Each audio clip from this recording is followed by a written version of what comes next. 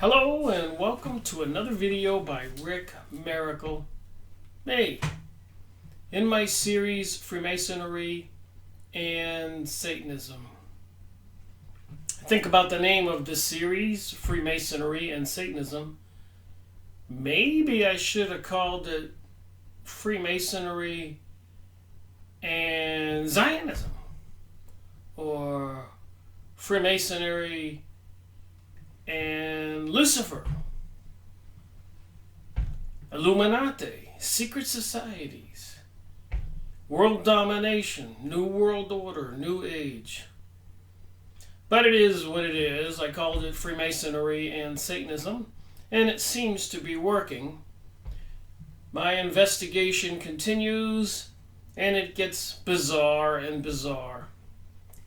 And some of it very disturbing and very uncomfortable and insightful to some people.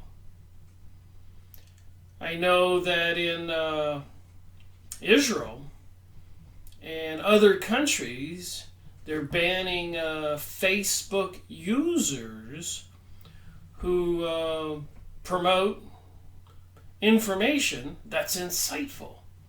So they're making laws that make it a crime to create incitement, to get people agitated.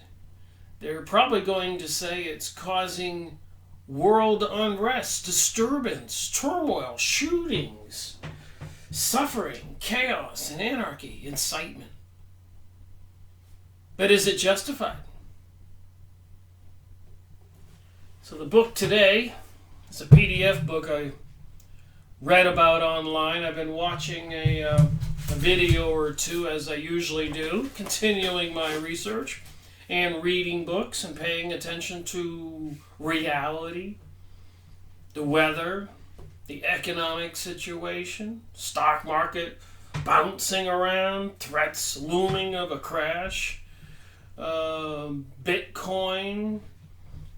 digital currency, banishing cash, microchipping us, so much more. Directed energy weapons, chemicals being put in the sky, 5G network coming online, weaponizing the microwaves, and so much more. What is the truth? And if you talk about these things, are you inciting people?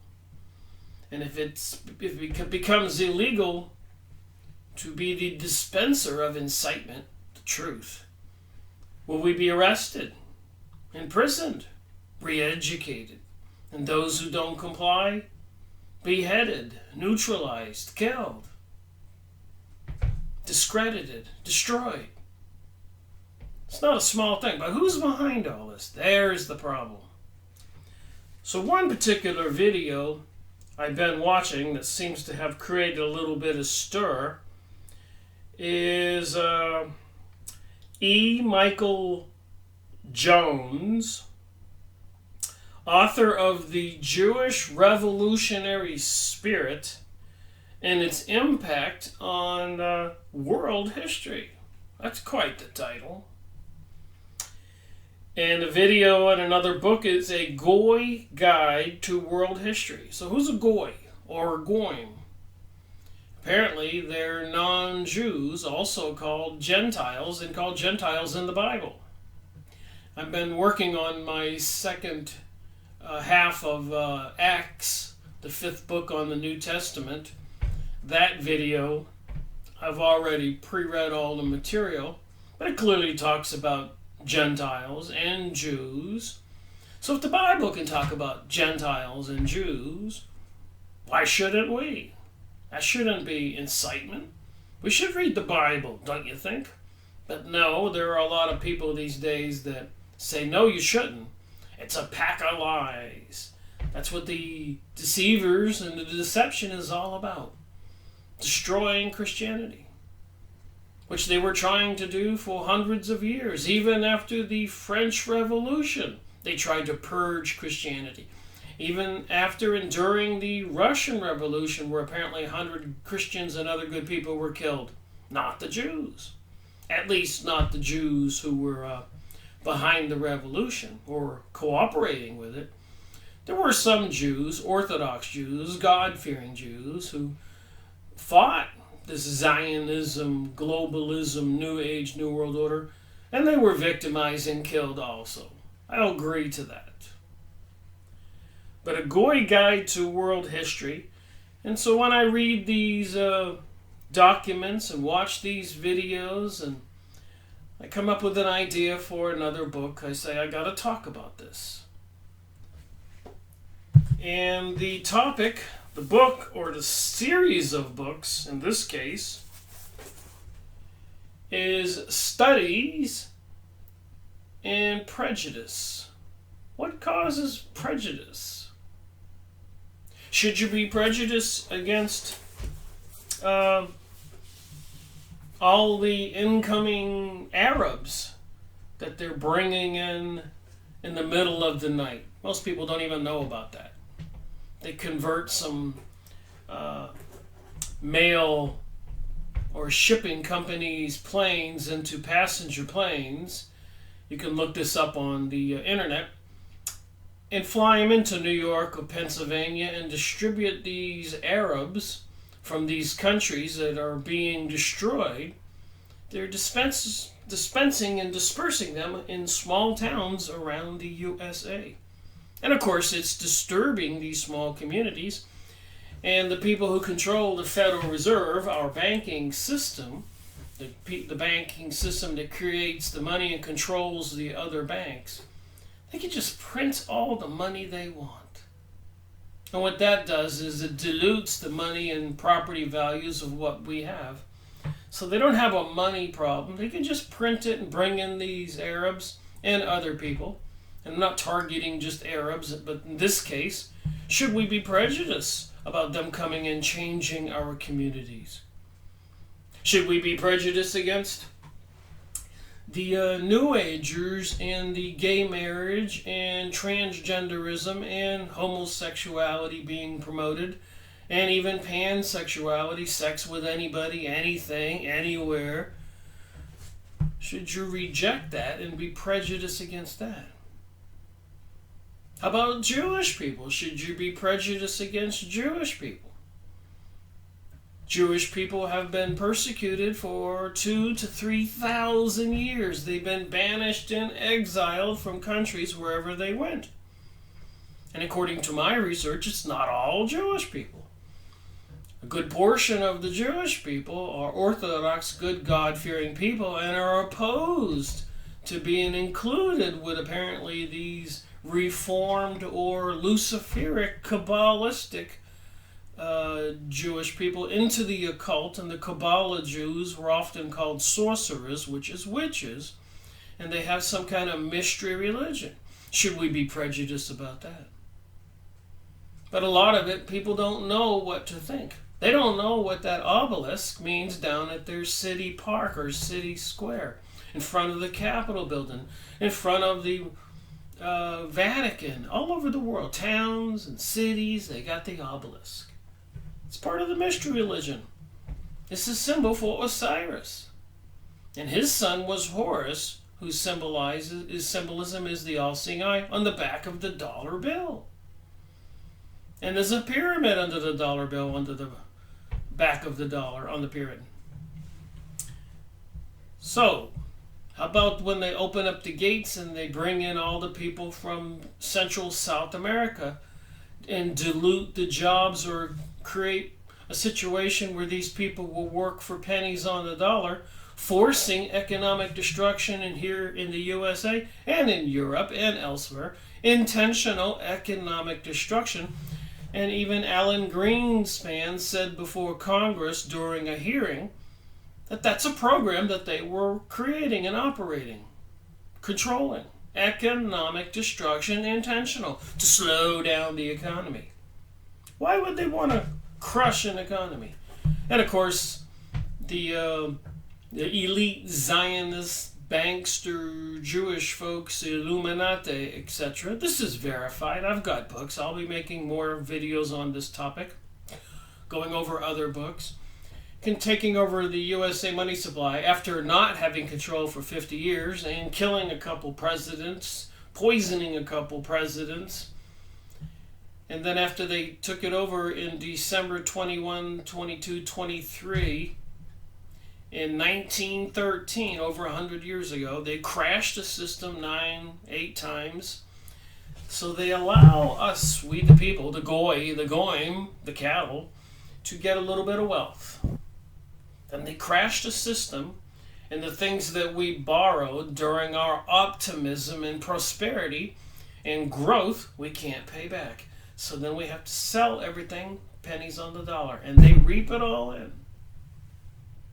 And then they allow the economy to prosper and grow, and apparently we goyim, profane, that's what the Freemasons call we non-Masons, non-secret mystery school adherents, initiates, profane.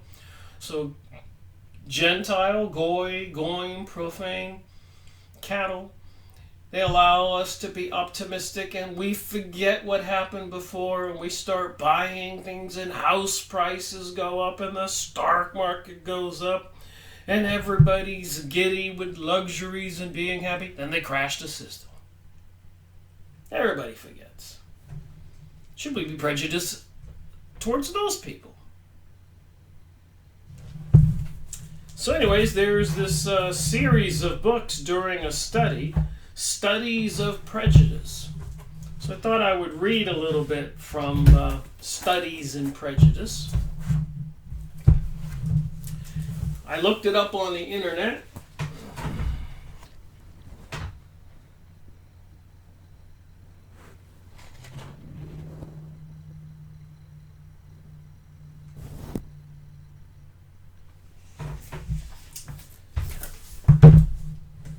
A lot of people don't realize what's going on today has been going on for a while. Studies in Prejudice, edited by Max Horkheimer and Samuel Flowerman. And one of the books was a study on prejudice. They had a bunch of elites, selected individuals. They financed them for a couple years and said, we need you to create some papers, write some books, do some research. We'll supply you with some data. Use your intellectual capacity to find out why people are prejudiced. We want to stop that. For one thing, and this is clearly a Jewish study by the American Jewish Committe, it says on the bottom, Social Study Series Publication number 3, because the Jews have been suffering for a couple thousand years. And I might ask, why were they being persecuted and punished and exiled and banished and made to wear name tags and certain clothes so they could be identified, and laws created so they couldn't own property or certain types of businesses? And remember, it was specifically the Jews who were into the charging interest on money, usury. And in the Bible, Jesus overturns the money changers' tables, accusing them being of the serpent, the seed of the serpent. So there seems to be a spiritual component to this. And with the increased satanic rituals, secret mystery school, clearly anybody can go see it, like the Eurovision contest, American Idol in Europe, where Conchita Wurst wins the contest. Conchita is a female part, Wurst is a male part, a sausage. And this Conchita Wurst had the head like Jesus and the body of a silky woman in a dress. So male, female, or androgynous, which is a symbol for the devil. With a beard, face like Jesus, silky woman with a dress on the bottom, singing the song, The Phoenix Rising, which has the words in it, You Can't Stop Us. Should we be prejudiced about Satanism, witchcraft, sorcery? Or should we just believe it's superstition? And I've been reading this material. And they want to promote the idea that it's clearly superstition. Yet we have the rituals during the Super Bowl halftime shows with Madonna, Beyonce, Lady Gaga, Katy Perry, the Emmys, the Grammys, even the Olympic openings, and even the tunnel opening in the Swiss Alps on the Geneva, Swiss border, French border. And so much more. The goddess of destruction projection on the Empire State Building. The bridges and state buildings, Capitol buildings, all highlighted in rainbow colors the day that the Supreme Court banned states from banning gay marriage. All organized. Should we be prejudiced? So anyway, some of the books, papers, the authoritarian personality. So who would have an authoritarian personality? Is that a bad thing? Do you know anybody with an authoritarian personality? Maybe your husband, maybe your wife, maybe one of your relatives, maybe somebody who's the boss of the company where you work. There's plenty of people out there that seem to be pretty tough and authoritarian. Should you be prejudiced against them? Is that a bad trait? Dynamics of prejudice. The psychological and sociological study of veterans. So you're a veteran. You just came back from a war. You risked your life. Maybe you lost a leg. Should you be prejudiced against those people that were trying to kill you? Should all the people back home during the war who were incited to buy war bonds, should they be prejudiced against the enemy? And then after the war, should they be forced to love these people? Do you think it might mess with the mind, this yo-yo thing here? Do you think that might be intentional? Dynamics of prejudice, anti-Semitism, and the economic disorder. A psychoanalytical interpretation. Anti-Semitism and the economic disorder. So if they did crash the system in the USA 8 or 9 times, clearly, and they did take over the Federal Reserve in 1913, which they clearly did, and they were controlling our economy and even creating economic destruction, should we be prejudiced against them? Is there some way to neutralize all these prejudices? To make people more like pacified zombies? No matter what you do to them, they do nothing. Well, wait a minute. It looks like they've done that. They're dumping chemicals in the sky. You can go out and see it. First you start out with a blue sky with the sun coming up. Then you notice the planes streaking helter-skelter this way, that way. And they paint it all pasty white. And we're human beings, and we're just like plants in the respect that we need sunshine, vitamin D. And the rays even control part of our mechanisms of our bodies, our health, the proper sunlight, the way that Mother Nature or God made it. So when they put these chemicals up there, heavy metals, just like putting shades on your eyes so you can block out so much sunlight, those chemicals alter the spectrum frequencies that come through that feed us and keep us healthy. Should we be prejudiced against those pilots dumping those chemicals? Or should we just say, oh well, don't worry about it. Ignorance is bliss. We all know they're destroying people and they want population reduction, and bees are dying and trees are dying, and they're creating GMO, genetically modified foods, which causes animals to get tumors and cancers, and it's harming people. And the electromagnetic radiation is increasing. The wireless, the cell transmitter towers are going up like weeds, and apparently it's causing a lot of miscarriages and deaths in children. Should we be prejudiced against that?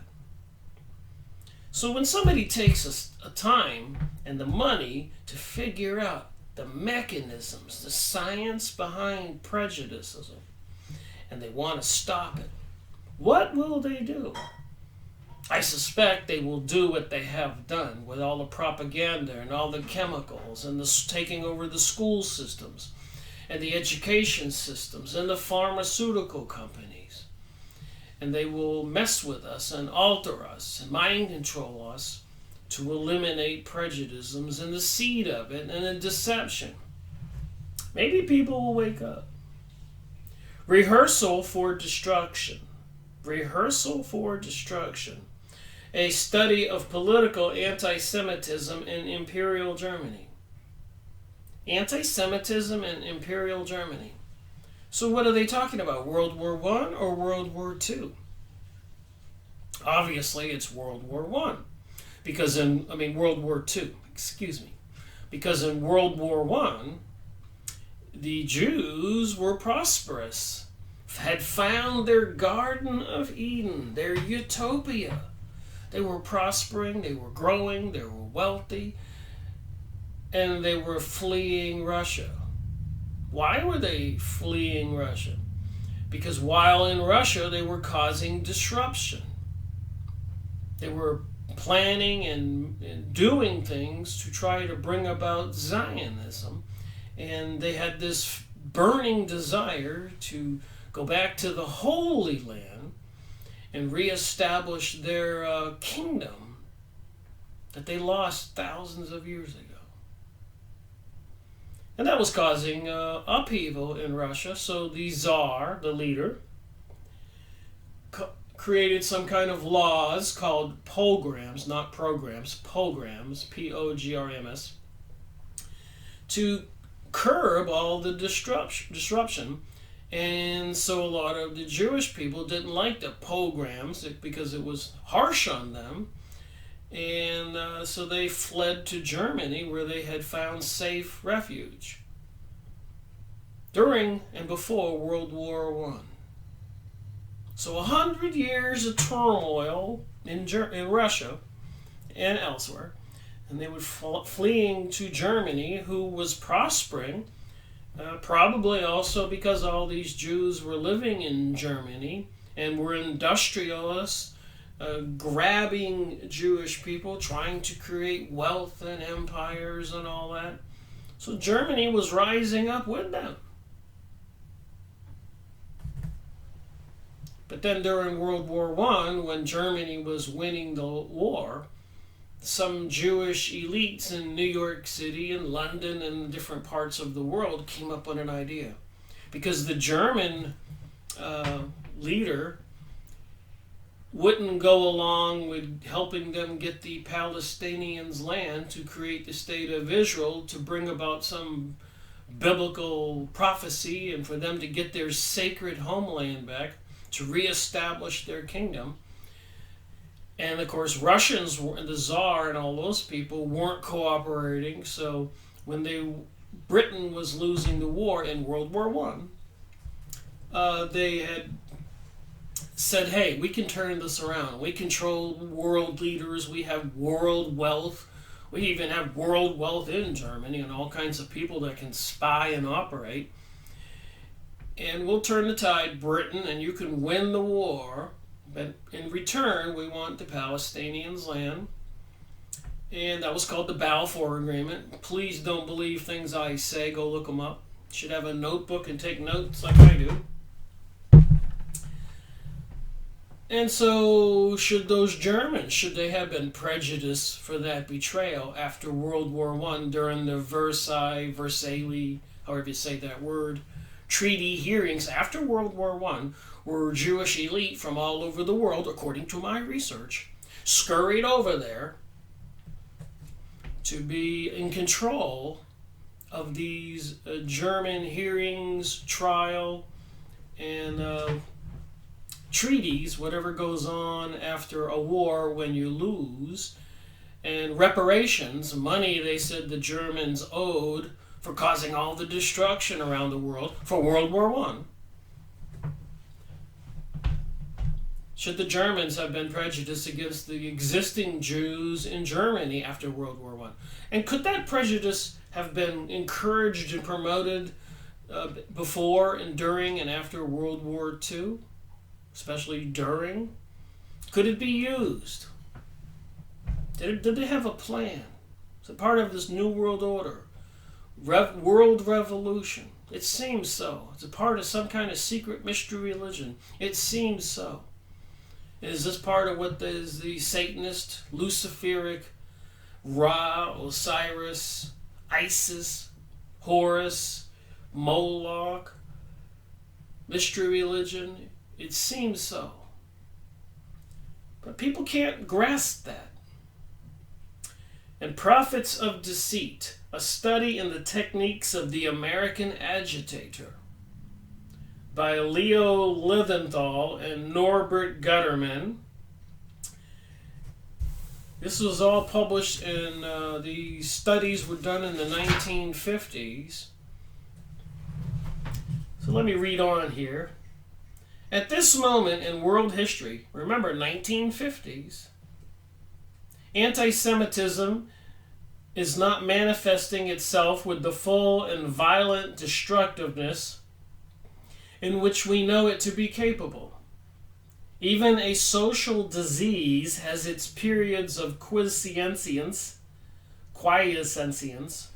I guess quiet, during which the social scientist, like the biologist or the physician, can study it in the search for a more effective ways to prevent or reduce the violence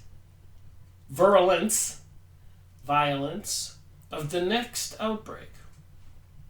Today, the world scarcely remembers the mechanized persecution and extermination of millions of human beings only a short span of years away in what was once regarded as the citadel of Western civilization.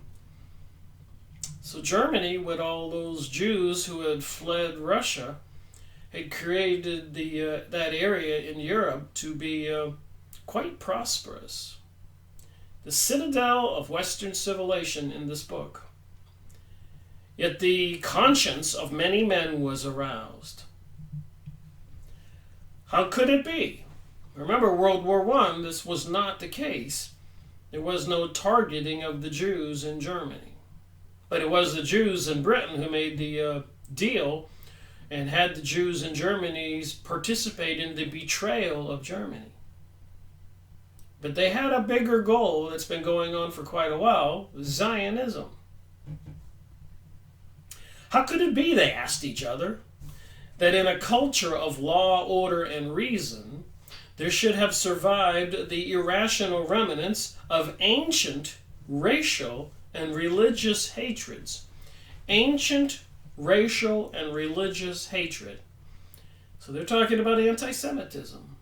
And I know since they crucified Jesus 2,000 years ago, that the Jews were dispersed all over the world, and they were exiled and banished from country after country, even Spain or France and Britain, all these countries, and many others. 90 of them if you go on YouTube and look up the videos and look up the documentation and do your homework.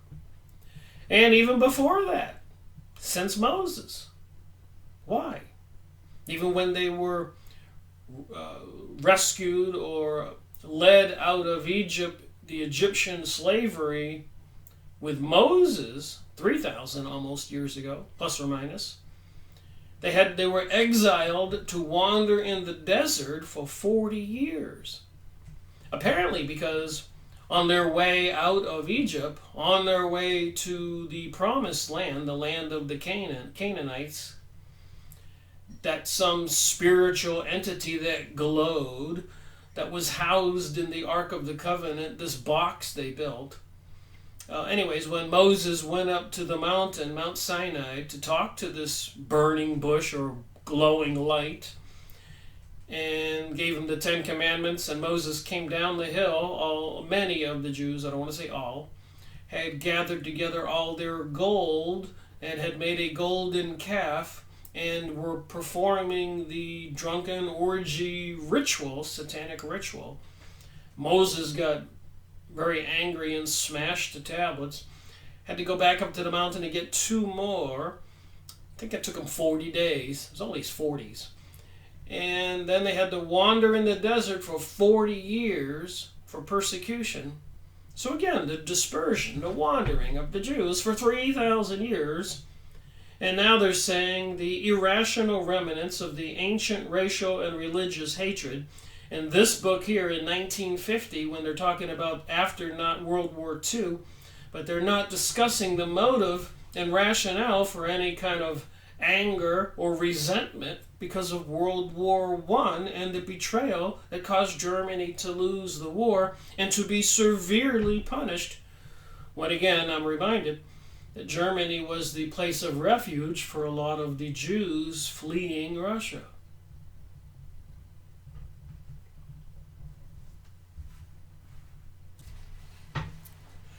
I want to take a moment from reading that document, the foreword to the Studies in Prejudice, to talk a little bit about me talking.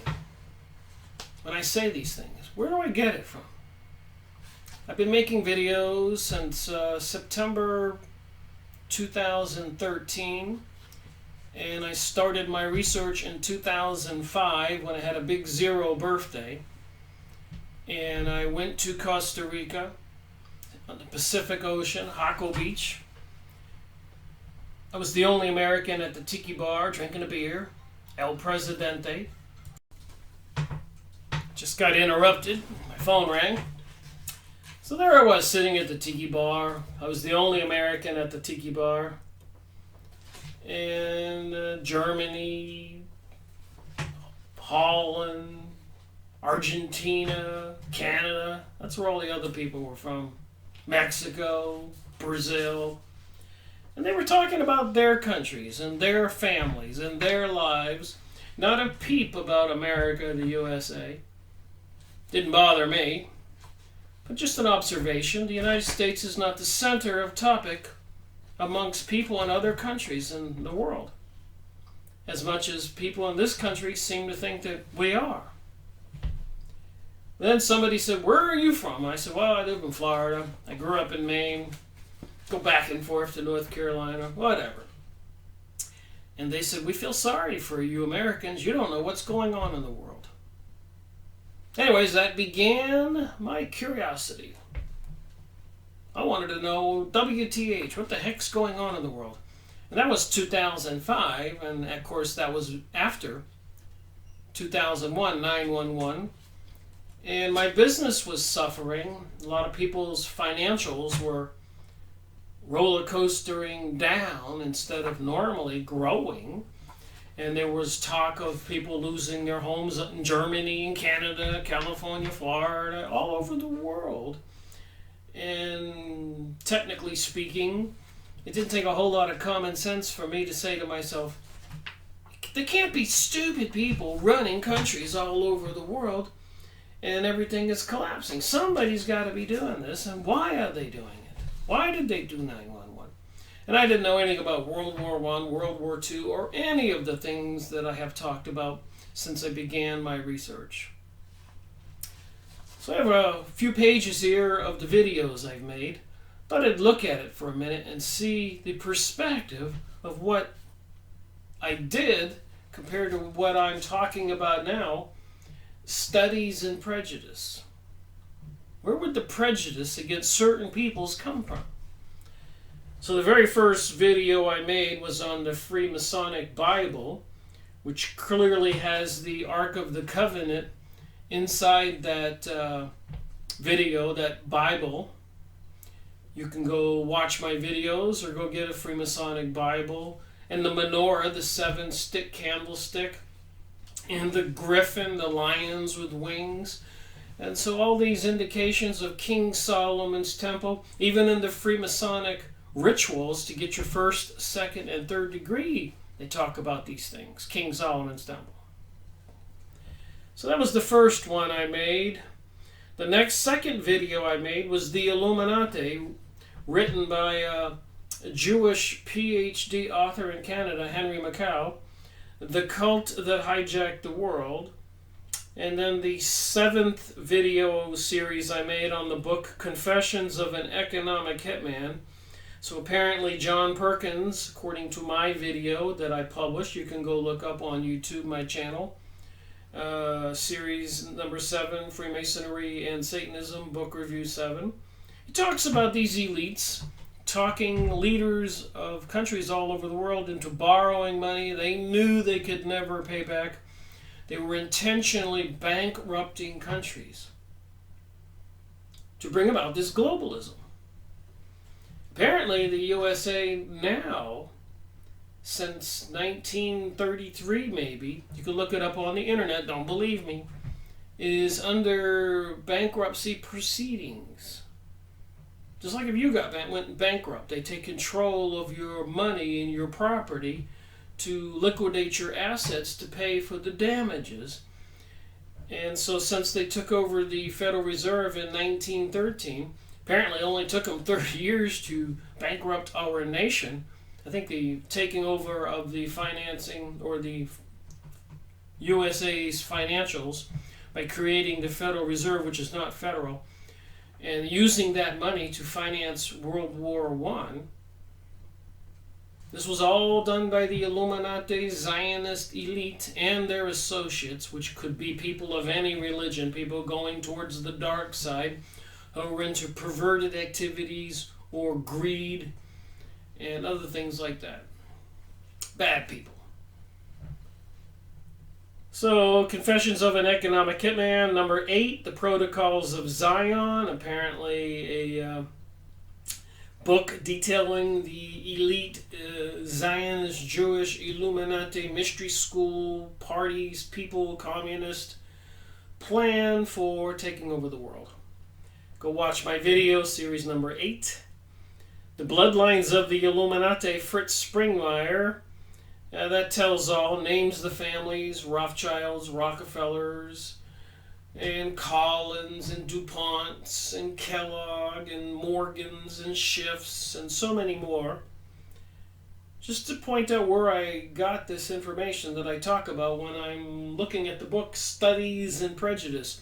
How much of this material do you have to know before you might want to dislike these people doing all this stuff in the world, bringing us chaos, anarchy, theft, and murder for hundreds of years? If it angers you and you don't like them, does that make you prejudiced? And should they psychologically try to erase your brain's capacity for being awake, seeing the truth, and wanting to correct a situation, hence prejudice? You might be a little biased if you knew the truth. The Dearborn magazine, Henry Ford purchased a magazine because he became aware, so I suppose they would call him prejudiced. I guess they called him an anti-Semite. Being awake can cause you some serious problems, including being assassinated. And many people have been assassinated. President John Kennedy, in his famous speech, he said, "Secret societies are repugnant to the way of American life, and I intend to expose them." Oh, he was assassinated at a Masonic plaza, Delaney Plaza. I got pictures of the Freemasons planning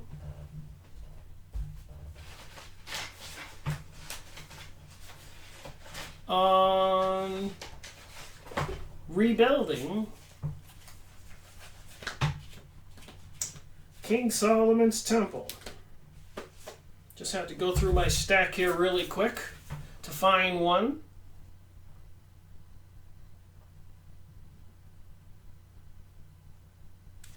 So is anybody going to try to tell me that these Freemasons aren't serious about Zionism? And remember, these symbolisms in all their lodge halls, the floor there and the columns look like President Donald Trump's mansion condo in downtown New York. If you go look up his condo. So if you want to know who Trump works for. They got all these pictures with all these symbols. King Solomon, the lions. The secrets of King Solomon's temple. This is a book, Exploding the Myths Surrounding the Biblical King. I got a stack of pictures that thick. Just on that. So going back to my list here. 911 Synthetic Terror, that's about 911, Wesley Tarpley. He shows plenty of evidence in that book on my series. You can go watch Series 12 of the Israeli and Israeli Mossad, the intelligence agents involved in 911. Murder by Injection by Eustace Mullins, the medical conspiracy. Go watch my 2-hour video on that, or 1-hour video, where the Rockefellers and others took over the medical establishment in the early 1900s. They put the fluoride in the water, and they were demanding about it. And Hitler used fluoride in the water to make the prisoners lethargic so that they would be slow in thinking and acting, so you didn't need so many guards. The fluoride kept them drugged. I suppose that would help decrease the causes of prejudice, those soldiers' hatred for the Germans. Emerging Viruses, AIDS, and Ebola by Leonard Horowitz. This is my videos I have published on YouTube. Series number 17. Clearly all these black op projects of the government and the secret alphabet services and creating AIDS and other bacterium and weapons and testing it on we the people, all in secret. Who's behind all that? Who owns the banking system, the money? In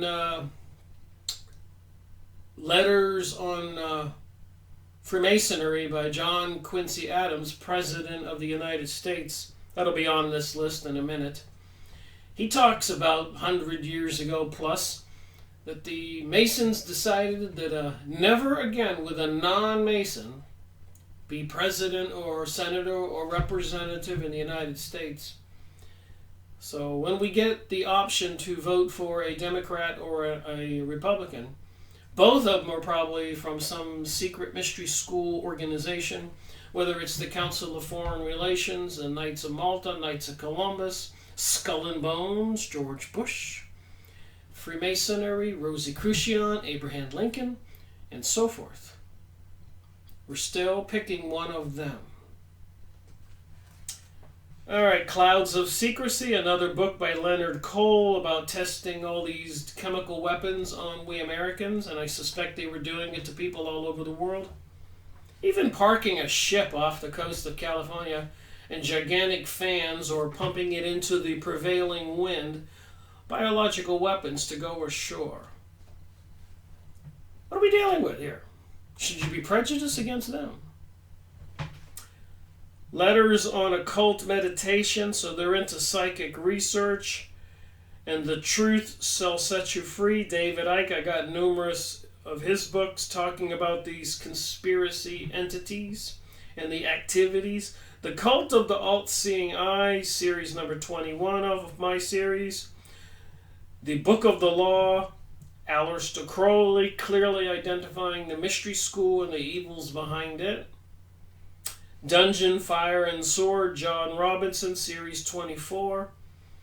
Talking about from year 1000 to 1300, 300 years of crusades of Europeans led by the kings and the queen and the Pope from the Vatican and the bishops, financed by the elite Jewish people who were the banksters and the tax collectors, marching off towards the Middle East, slaughtering all the Arabs, Muslims, Islamic.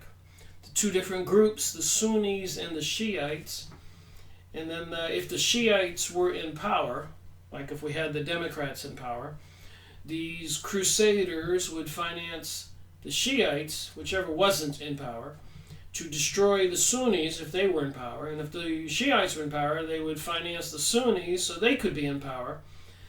So it's regrettably these people were destroying their own to be in power, the Sunnis and Shiites, like apparently here in the USA, the Republicans and the Democrats. And the divide and conquer, the Hegelian dialectic, the blacks and the whites, the gays and the straights, the religious and non-religious, and so much more. The divide and conquer propaganda is endless. Mysterious monuments. Tex Mars shows us monuments all over the country that is part of this secret mystery religion, series number 25. The New Age magazine of the Freemasons. I've got about 5 of those, and they certainly have the symbolism of the Freemasons and also the relationship to the Egyptians and King Solomon's temple, the Zionist Jews wanting to rebuild King Solomon's temple. Hence they had to have 911 and all the destruction of all the countries over there to create a greater Israel. Maybe create an Israel the size of the United States. And if they've done as much as they've done, being the dot on the map and being dispersed around the world, what do you think they're going to do when they have a country the size of the USA?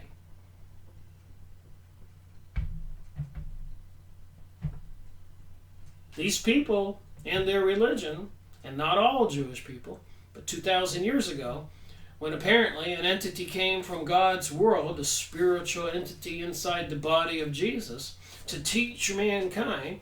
They crucified him on a cross, and then he rose from the dead. And so much more. Then after Jesus was died, they were stoning and killing the disciples and the followers. And after the French Revolution, they were bent on eliminating Christianity. After the Russian Revolution, they say up to 100 million people were killed in Russia, Christians and other good people, destroying the Christian churches but not the Jewish temples. So if they did that in 1917, and then 100 years earlier, the French Revolution, I had a couple pages here that was interesting I looked at. I asked myself a question. When did Napoleon go to war, the Napoleon Wars, and attack Russia? Believe it or not, went on Wikipedia. The French Revolution was from 1789 to 1799. 10 years. French Revolution, which according to some of the books behind me, were these elite secret society, Freemason, Illuminati, Zionist Jewish people, were behind organizing and orchestrating the French Revolution. You can go look it up, watch my videos. But the question I had in my mind, when did the wars, the Napoleonic Wars, start? And I knew the answer, but I didn't know the dates because I never looked it up.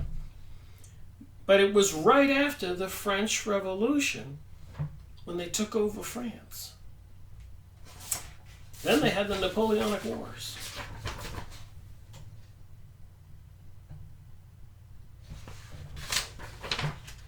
So after they took over France, these Freemasons, along with these Jewish Illuminati types, Zionists, and ended in 1799, 1800. Then the Napoleonic Wars started in 1803 to 1815, so that went on for 12 years. So they had to take over France to have the Napoleonic Wars for 10 years. Like they had to take over the Federal Reserve in the USA in 1913, and World War I started 6 months later in 1914 in June. Then they bankrupted the USA in 1933. In 1939, they started World War II. So will they cause another economic collapse in the USA? This is 2018. And will that be the beginning of World War III? If you look at the sequence of events throughout history here, there are some correlations to these activities, which these people are thinking their way through these things. Like the Studies to Prejudice, a series of books and papers. All right. The letters on Freemasonry, I talked about that with John Quincy Adams. That's Series 30. And then I'm skipping over some videos, series, book reviews that are not directly related, but are controlled. We know who controls the world. These people I'm talking about. These secret mystery school adherents, initiates, selected people who seems to be in certain families. Their descendants and their descendants, even these people were once president, later on their descendant will be a president or a senator or another leader in charge of this or in charge of that. They're in the know, like the Bush family. Yet, 2 Bushes that were president, and Daddy George Bush was crying because what his George Bush Jr. did, he was crying on TV, on a video, saying that Jeb Bush would never be president because of the people were a prejudice, I guess. I thought, how ridiculous is that? How much does he think his family should just be a lineage of presidents and presidents and presidents? And apparently, according to Fritz Springmeier, most of the presidents are related in one way or another. So it is some kind of bloodline family. And they do change their last names to seem American. They may not be Christian or American or German. They may be part of these secret mystery school historic figures. All right, then I got the Bolsh Series 42 and the Bolshevik Jew by Nestor Webster. That talks about the Germany and the Jews in Germany, about the Russian Jews escaping to Germany and finding a utopia, a Garden of Eden. And then 43, Britain and the Jews by Samuel Landman, further elaborates on that story I've been talking about. Henry Ford's book, The International Jew, Volume 4, that's Series 44, To Eliminate the Opate by Rabbi Marvin Antelman, who was leader of the American Jewish Congress in the United States. So no small guy. And he tells all to eliminate the opate is the desire to eliminate we the people from believing in God and praying. They don't want us to be believers in God. They want everybody to think that they don't have souls and they're just going to die. Yet they have all these satanic rituals and all kinds of other things and their utopian goals to take over the world. Globalism. Behold a Pale Horse. I've talked about Bill Cooper's Series 46. And then there's more books here. The Bloodline of the Gods, The Gold of the Gods, Series 48, 49, The Cosmic Conspiracy, and Nikolai Tesla, Series 51. And apparently Nikolai Tesla said, hey, I'm not such a genius. I'm having all these visions and hearing things and dreaming things. Somebody is feeding me this information. That's important to know. Who?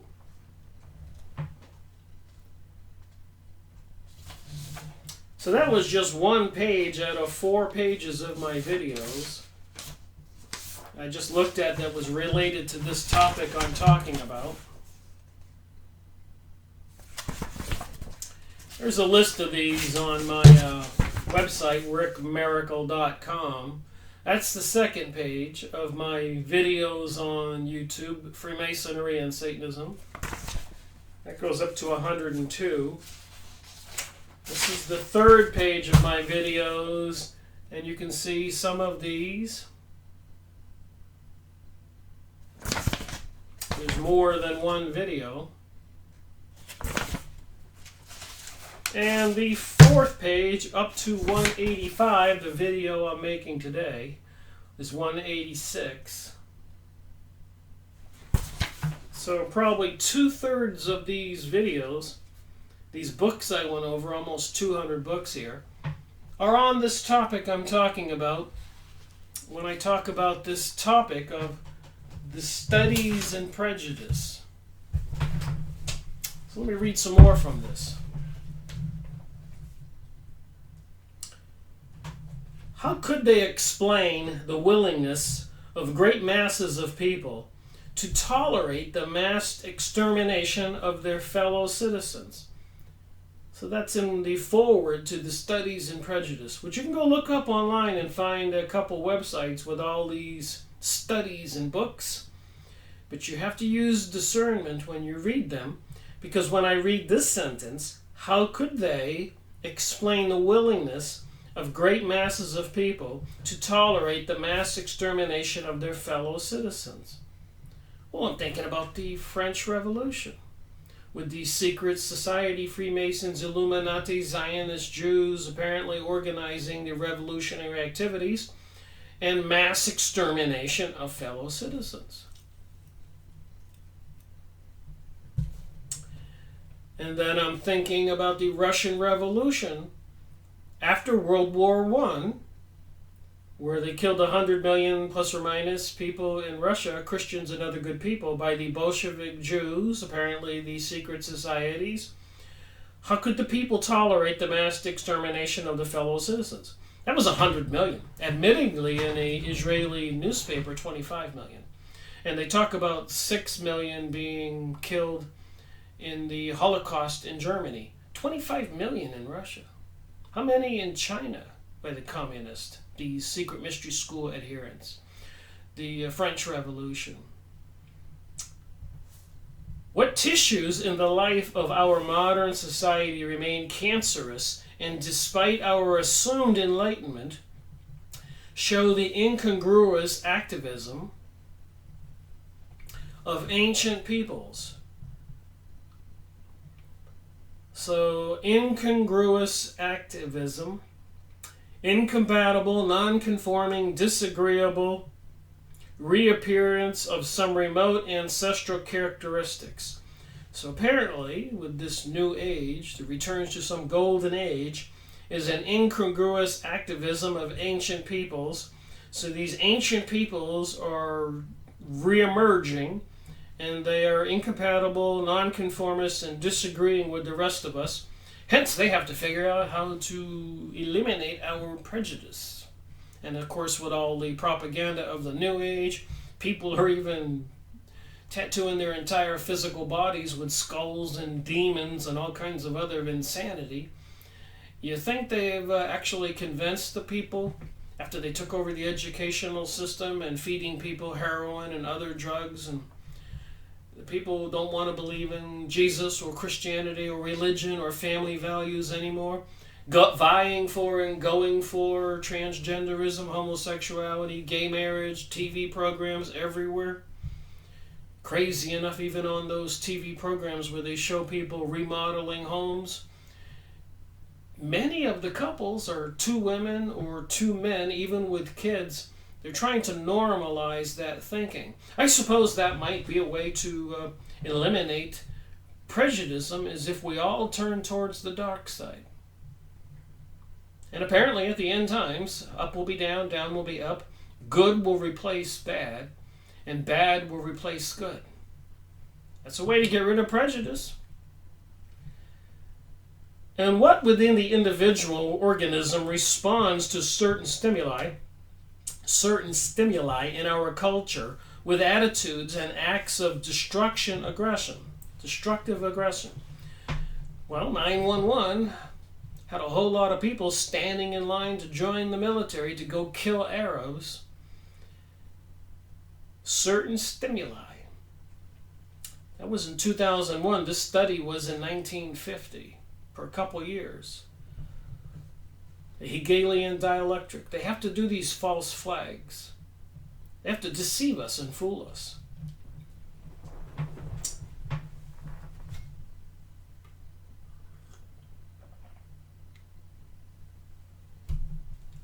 But an aroused conscience is not enough if it does not stimulate a systematic search for an answer.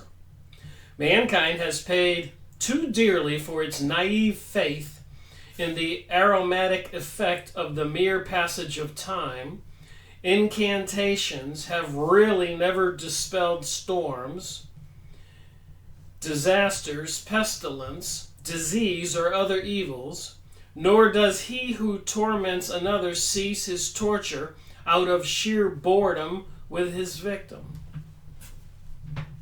Well, that's a crazy sentence. Incantations, magic sayings, hocus pocus, open sesame, does never dispel storms, disaster, or pestilence, disease, or other evils. Prejudice is one of the problems of our time, for which everyone has a theory, but no one has an answer. Now remember, this is by the American Jewish Committe in 1950. Every man, in a sense, believes that he is his own social scientist, for social science is the stuff of everyday living. The progress of science can perhaps be charted by the advances that scientists have made over common sense notions on phenomena. So they want people to not believe in phenomena, magic, God, angels, reincarnation, souls, spirits. They want us to all be dumb as animals. So it seems. In the event to advance beyond more common sense approaches to problems of intergroup conflict, the American Jewish Committe on May 1944 invited a group of American scholars of various backgrounds and disciplines to a 2-day conference on religion and racial prejudice. So it's 1944, after World War II, just a few years after. Meanwhile, they were vying for obtaining the Palestinians' land to create the State of Israel. And that's no conspiracy theory. They tried to do it during World War I with the Balfour Agreement, and then the betrayal of Germany. That didn't work. All the leaders of countries all over the world didn't want to turn on all the Arabs, which is a substantial size of piece of land. But then again, with World War II, we had the nuclear bomb and the Cold War and all these threats. They were moving right along like a freight train.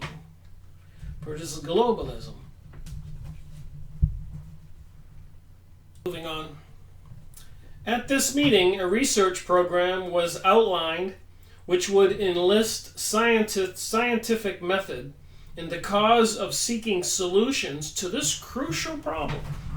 So everything I just talked about, the Napoleonic Wars, the French Revolution, the secret societies behind it, the Russian Revolution, World War I, World War II, 9/11, and so much more, seeking solutions to the crucial problems. So they don't want to get rid of all that stuff they did to change the world. They just have to stop we the people from knowing what's going on. Hence, being prejudiced and disagreeing with what they're doing. 2 levels of research were recommended. One was more limited in scope and geared to reoccurring problems faced by educational agencies, e.g., the study of public reaction to selected current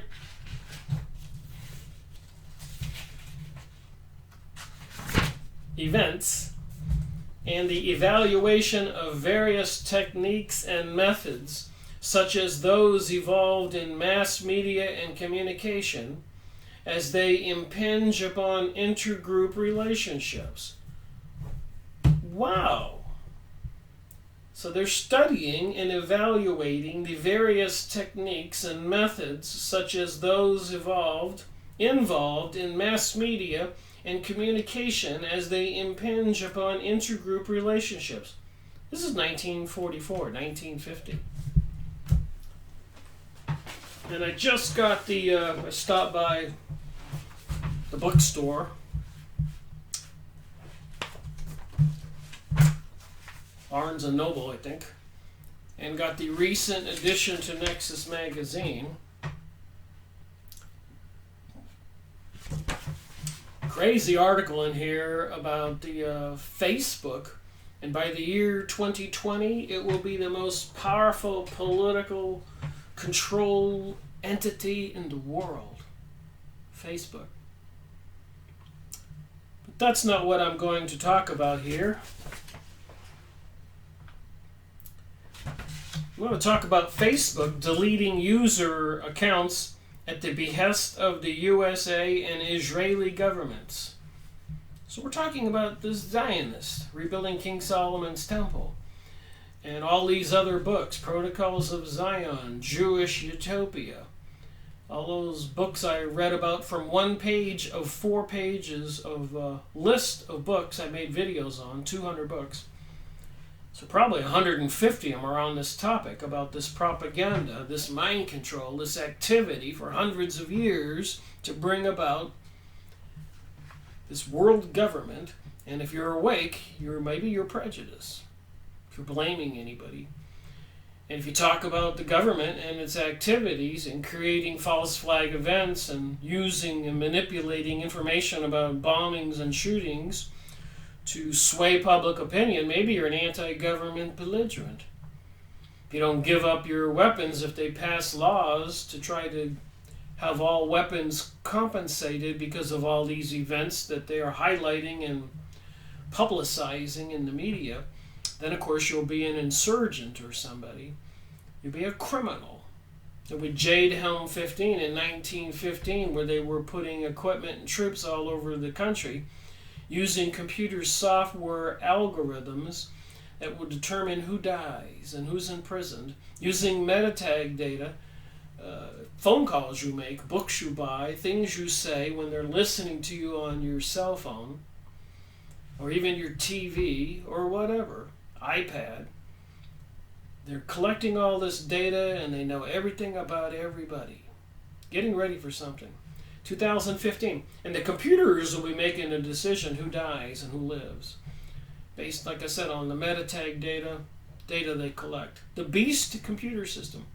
And now they're bringing on the 5G microwave network, which seems like it's weaponized. I remember that when I was working at a major aerospace company for 10 years, when they had those microwave dishes out there in the field, there were big signs that said, "Warning, don't get near this transmitter receiver microwave antenna. It's dangerous." And people I've read about on ships, when they got close to them, they might get zapped and they were killed. And so I'm thinking somebody must have been walking by one of these aerospace contractor establishments and noticed the warning sign in front of the microwave antenna and said, "You mean that can harm people?" And probably the engineer said, "Yeah, that's dangerous. Stay away from it." But the guy goes, "Wait a minute, if it can harm people," I'm making the story up, theorizing how they came up with the use of it, is he would say, "We can use this as a weapon." And then a year or two later, I noticed, when I found out about this, that they had something called a crowd control vehicle, which was a truck with a microwave dish on top of it aimed at a crowd of people. And they even had videos of journalists standing out there in the field, and they would turn the microwave antenna on, the transmitter, and they would stimulate the people so that they would get a little agitated and tickle with tingling because of the microwaves that were getting them. The same range frequencies that we use in our microwave oven. So, of course, to weaponize that to be a deadly machine, you just got to turn the amperage up, the power up, the volume up. And now, instead of that crowd control vehicle, they got these massive amount of cell phone towers going up everywhere, even blocks apart, with 3 lows of transmitters on them and gigantic thick cables for lots of wattage energy power. But you shouldn't know about that. Disagree with you, it might be prejudice. So Facebook deleting user accounts on behalf of the USA and Israeli governments. In September last year, this is in Nexus magazine, The Intercept reported that Facebook representatives were meeting with Israeli government to determine which Facebook accounts of Palestinians should be deleted on the grounds that they constituted incitement. Incitement. They're going to make incitement illegal.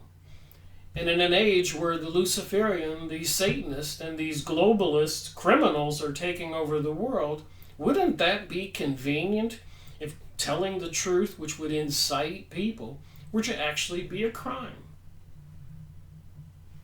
Don't talk about the government buying 30,000 guillotines. You might incite people. You might wake up people. They might turn on the government. Off with you to prison. Or, when the New Age, New World Order comes, and they come out of the closet, and they announce some new religion, and somebody is a new deity, a new god, and you don't swear allegiance to this Lucifer character, the preferred method of killing people is beheading, and apparently the government purchased 30,000 guillotines. That's insane. Why would our own government buy 30,000 guillotines? Somebody wants to bring back ancient horrors. So anyways, the meetings came after Israeli threatened Facebook that its failure to voluntarily comply with Israeli deletion orders would result in the enactment of laws requiring Facebook to do so, upon pain of being severely fined or even blocked in that country.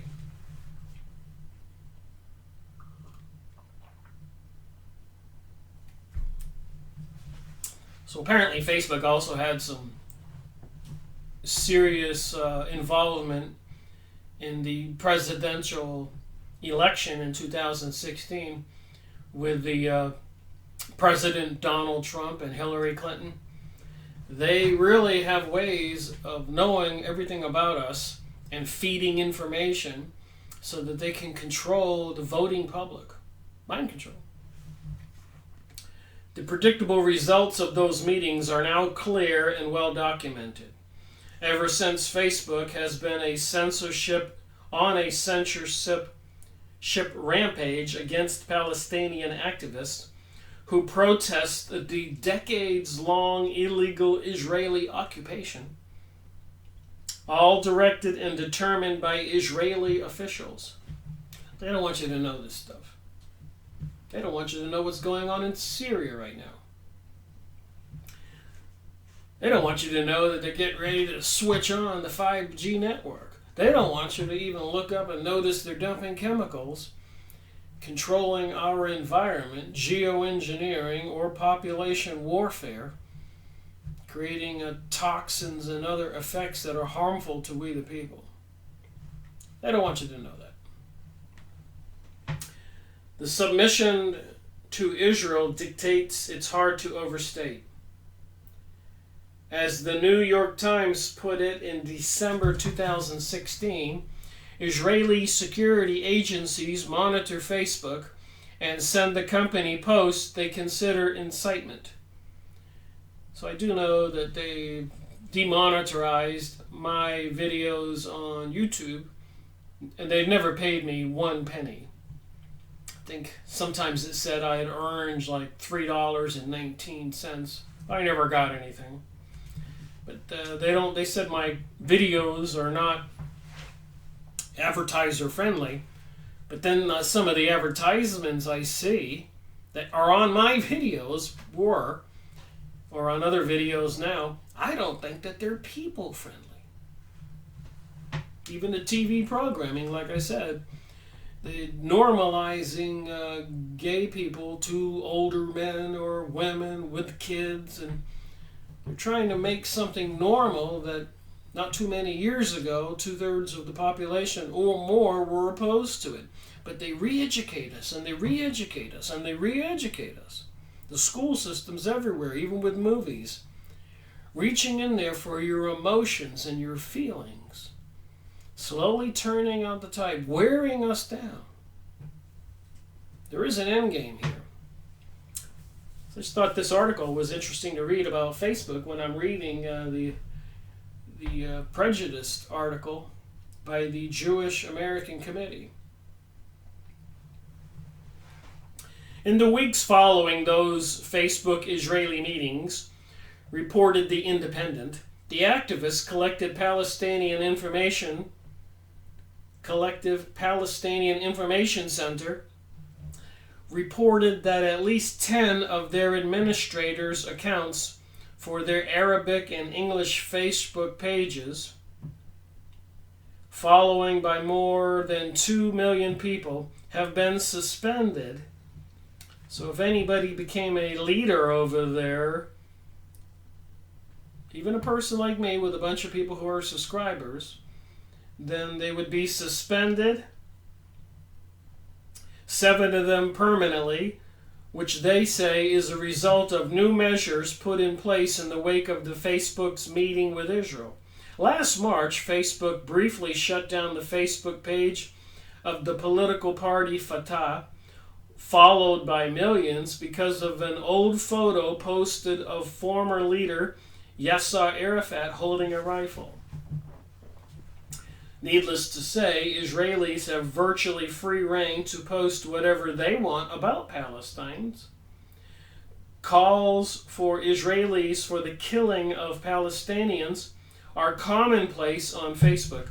So Israelis can call for the killing of Palestine, but they won't consider that as incitement or monitor or delete, even temporarily, those people's Facebook pages.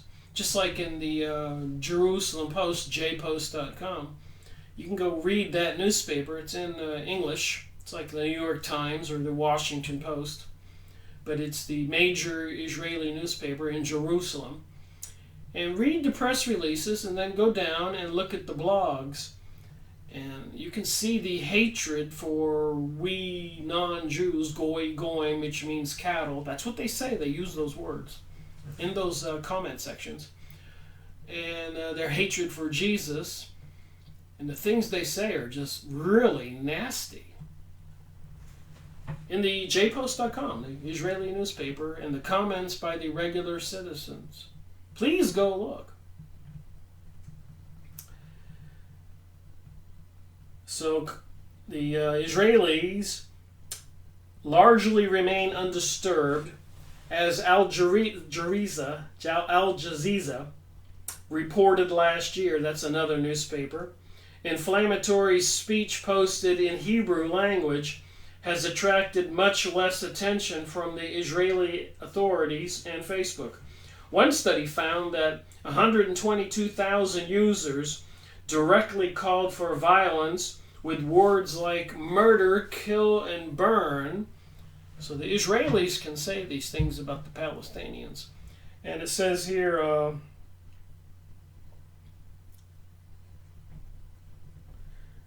remain largely undisturbed. Arabs were the number one recipients of hateful comments, yet there appears to be little effort by Facebook to censor any of them. So that was in the recent edition of Nexus magazine. And there is a huge article in here. I've been reading it. Is the Facebook future. You can see my highlights.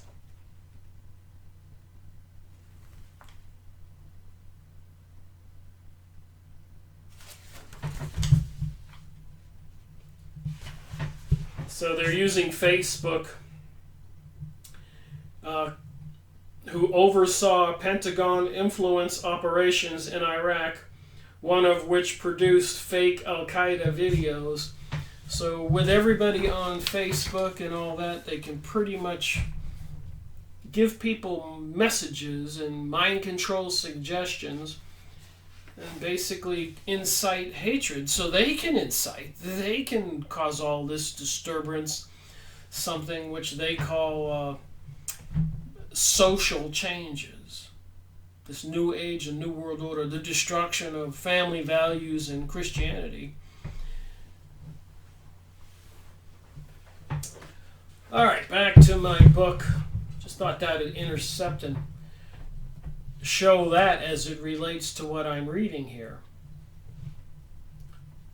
So, forward to Studies in Prejudice. Obviously, I'm not going to get very far in this material. Look how much I printed out and saved.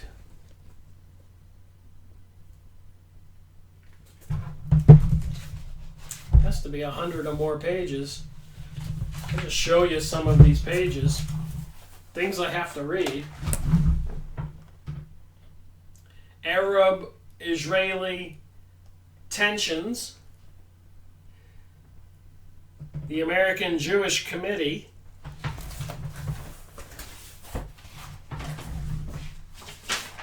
And that was back in 1954.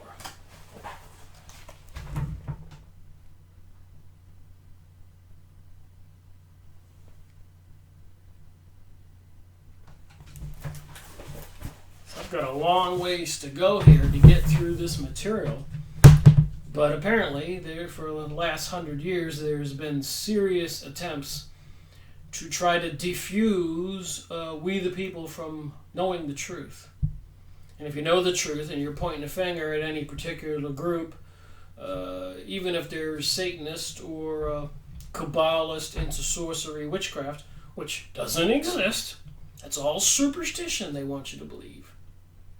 Meanwhile, they give us all these satanic rituals on TV and programming. The other level suggested was one of basic research. This is about Studies in Prejudice. Basic in that it should result eventually in additions to organized knowledge in this field. The first level frequently consists of a large number of small studies, limited in scope, and focused sharply on a given issue. In practice, we have found that the goodness in our smaller studies was proportional to our ingenuity in so devising them that they, too, could distribute basically to knowledge. So they're having all these high-level intelligent professors and scientists study prejudice. What causes it? How can we eliminate it and diffuse it? I might suggest they might stop what they're doing, all this destructive activity. But I doubt rather that they want to do that.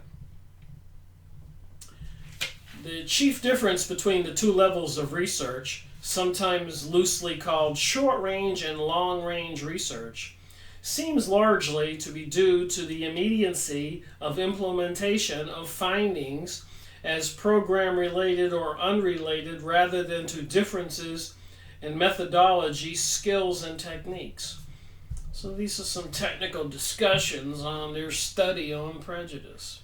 On both levels, it is necessary to pursue an interdisciplinary approach to research problems. To further research on both levels, the American Jewish Committe established a Department of Scientific Research, headed in turn by each of us. The department saw its responsibility not only in itself initiating fundamental studies in the phenomenon of prejudice, but also in helping to stimulate new studies. Should those people censoring the Palestinians, should we be prejudiced against them? Should we disagree with what they're doing? Should we support them trying to murder and eliminate those Palestinians from the face of the earth, like they're doing to many of the Arabs in Iraq and Syria and many other countries? And even a video with Jeff Rentz today I was watching this morning. They're shipping them into European countries and the USA. And apparently in Britain, during a certain period of time, they had over 1 million rapes of women by these third world country Arabs. And they're hardly punishing those people. Imagine if any one of us ever raped anybody, we'd be in prison. But these people are allowed to do with whatever they want to do. Somebody's trying to change our world, bring us this chaos and anarchy. so they can increase the police activity, controlling us, monitoring us. It's these people I'm talking about in this book doing these studies. Does that make me prejudiced to know the truth? To read these words? To have a discerning mind? To put two and two together? The present series of volumes represents the first fruits of this effort. In a sense, the initial 5 volumes constitute one unit, an integrated whole, each part of which illuminates one and another facet of the phenomenon we call prejudice. 3 of the books deal with those elements in the personality of modern man that predisposes him to reactions of hostility to racial and religious groups. They attempt answers to the question, what is there in the psychology of the individual that renders him prejudiced or unprejudiced, that makes him more or less likely to respond favorably to the agitation of a Goebbels or a Gerald Smith? So these would be German leaders. The volume on the authoritarian personality by Adorno, Franken, Brunswick, Levinson, and Sanford, based on a combination of research techniques, suggest one answer. It demonstrates that there is a close correlation between a number of deep-rooted personality traits and overt prejudice. So there is a close relation to deep-rooted personality traits and overt prejudice. So here I am researching now 14 years, having a business where I had a good snapshot view and discussion with business owners, and noticed that the financials, people's sales were going down everywhere. My customers were losing money, hence I was losing business. And in the paper, people all over the world were losing houses and all this stuff after 9/11. What kind of personality trait was it that I happened to notice that this couldn't be an accident? That I said, who's doing this and why are they doing it? And then I noticed the chemicals being dumped in the sky. And then from my working at a major aerospace company 10 years, being aware of the dangers of microwaves, seeing the warning signs, and then of course reading material. It doesn't take a genius or Sherlock Holmes to know that you don't stick a dog or a baby in a microwave oven or your hand and hold the switch so that it's on, or your head.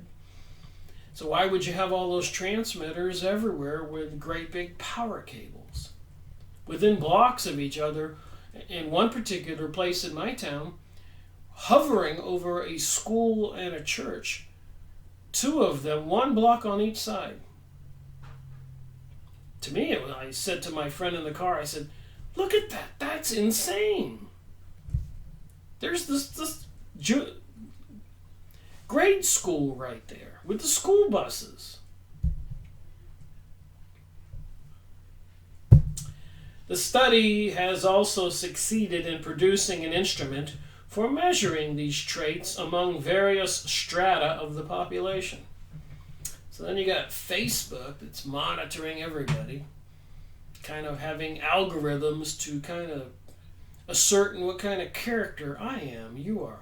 I'm not a Facebook member. I canceled mine when I became aware what they were doing. But now they've gone much further. I can go on my computer and just look up the price of a lawnmower, and the next thing I know, all my other web pages while I'm working on my computer, their advertisements popped up on the above or below and the left and the right, whether I'm checking email for lawnmowers. So they know everything I'm doing.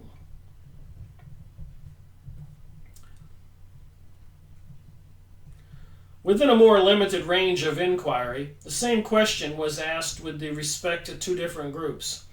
The study on dynamics of prejudice by Bethlehem and Janowitz, and I don't want to sound anti-Semitic, but these obviously are not French or British or German names. They seem to me to be part of the Jewish American Committe, which is what they are. Considers the connection between personality traits and prejudice among war victims. So I'm just trying to figure out how you can make a war veteran unprejudiced. You build up his anger for the enemy. You send him to war, flying a helicopter, machine gun fire, and killing all those arrows. Is he supposed to love them while he's killing them? And then what if he comes home and he finds out the truth? That these wars were all orchestrated, the situations were fabricated. And he finds out who's behind it, these new age, new world order, globalists, Illuminati, Zionist, Jewish, and other people into sorcery, witchcraft, and Satanism. Should this veteran be prejudiced against them? Here the investigators were able to examine the impact of the war experience with its complex anxieties and tensions as an added factor to major significance affecting tens of millions of people, anti-Semitism and the emotional disorder, by Ankerman and Jehoda, is based upon case histories of a number of individuals from different walks of life who have received intensive psychotherapy.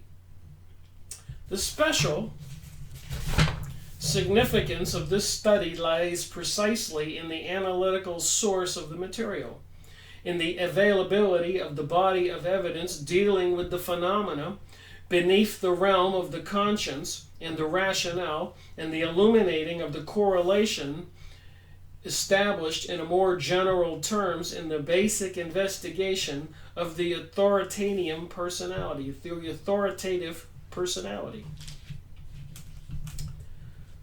So how do you feel when they're trying to figure out what makes people prejudiced and find out what kind of techniques and technologies they can come up with to eliminate or prevent prejudice?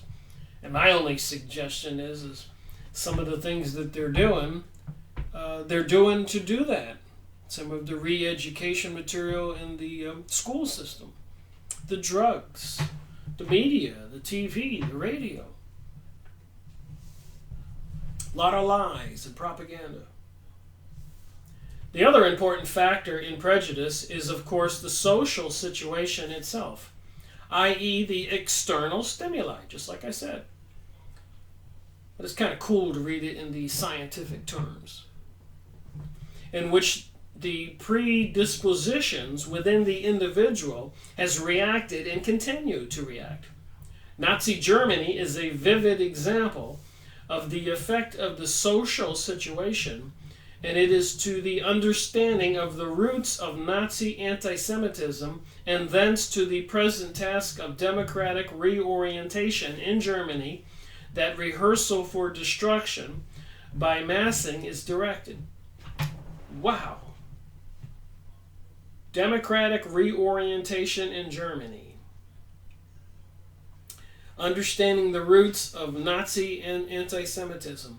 Well, the way I understand it with World War II, because of the financial suffering, the reparations, all the money that Germany had to pay to the winners of World War I, was so overwhelming that the boots of all these people who were over there were destroying these people, kicking them right in the keister and stomping them in the head and taking their property and even starving them and killing them. But they need the democratic reorientation, the rehearsal for destruction. World War I. So all these people were affected by this poverty and suffering in between World War I and World War II. And once you get people in that kind of dire straits, they'll probably do anything you want, including joining Hitler and his gang just to eat or have a beer or survive. And Hitler probably didn't have to convince them that he would save them and destroy the enemy. And later we find out it was the Illuminati bankster elites who were behind financing Hitler. They were orchestrating all of this. But you shouldn't know that. You talk about it, the government's doing that, the leaders, you might be an anti-government belligerent. They might target you with a meta tag on some computer that tries to send some kind of radiation your way to make you sick and die. Talk about crazy. They say that we live in the most interesting times. The whole world is changing. I wonder,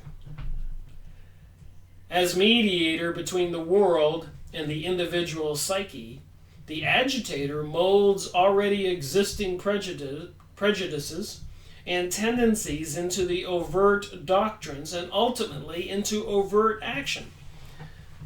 So the people of Germany between World War I and World War II were conditioned and prepared for Hitler. And remember, in 1888, I think, plus or minus, Albert Pike, after the Civil War in the United States, again orchestrated by these same peoples, wrote that there would be 3 world wars required to bring about the New World Order. And some people have made comments on my videos that they looked that up and they saw somebody somewhere said that wasn't true, so they're willing to believe it. But if you read the letter and you look at what's happened in the world, it's happened exactly like the Albert Pike letter. The leader of the Freemasons in America, the general, and he was a general for the South in the war, and the president of the North pardoned him because they were both Masons. And the Masons want to rebuild King Solomon's temple, just like the Zionist Jewish people want to do to bring about their return to the golden age of their empire and kingdom. And it does have a seriously spiritual component to it. And I'm getting ready to do the 5th book of the Bible, Acts Part 2 video. And that was some very interesting reading about the spiritual component of this in the Bible. Okay, another book on the studies in prejudice. In The Prophets of Deceit by Lowenthal and Gutterman, the role of the agitator is studied. The agitator's techniques of persuasion and the mechanism of mediation that translates inchoate feelings into specific belief and action make up the theme of that volume. So here in 1944, they were studying this, how to get people agitated, how to set the stage for their psyche.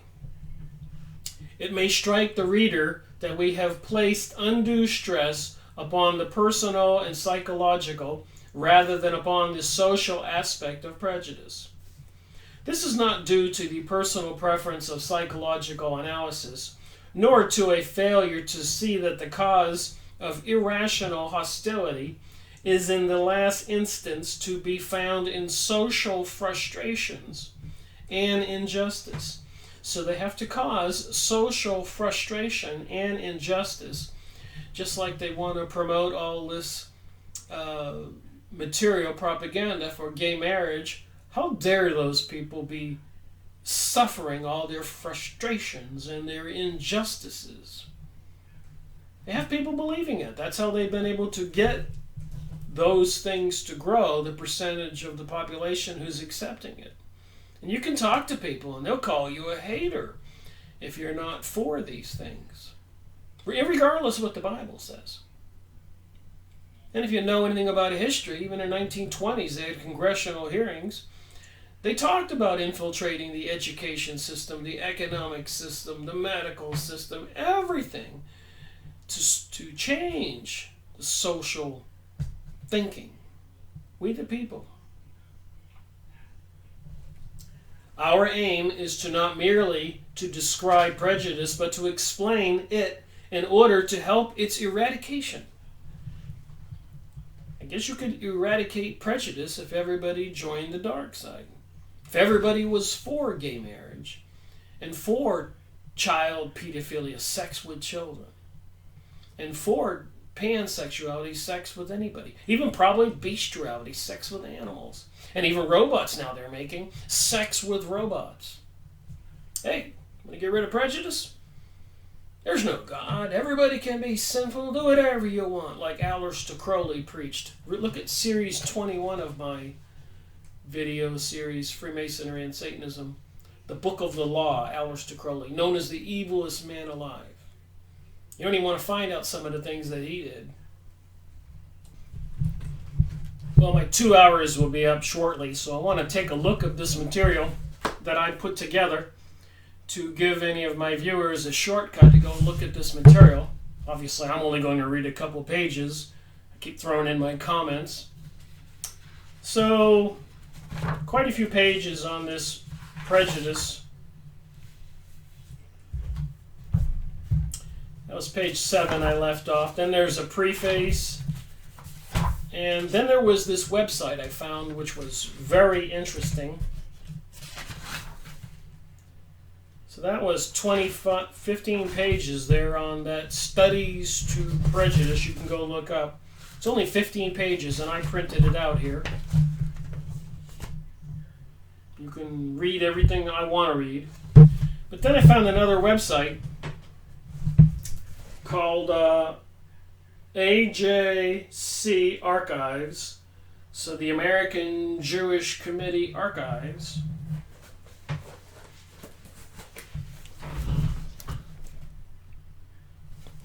There's the link on the bottom there.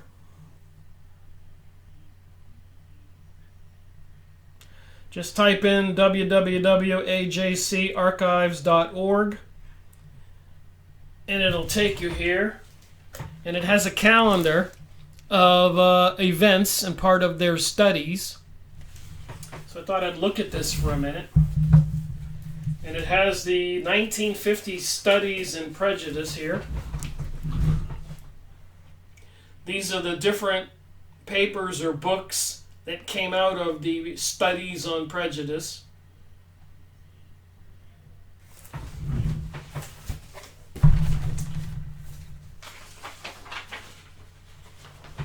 It just concerns me what's going on in the world right now with this new age globalism and all these activities taking place, that people are not aware of who and what's behind it.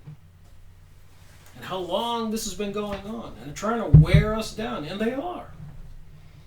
So they have all these pages, and you can collect this bar on the top here. Click these things, the different years, and you'll get these different pages, what happened during that 10-year period.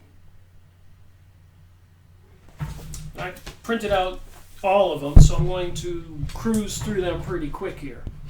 Starting with 1910s. In the wake of the Kishinev pogroms in Russia, things I've been talking about,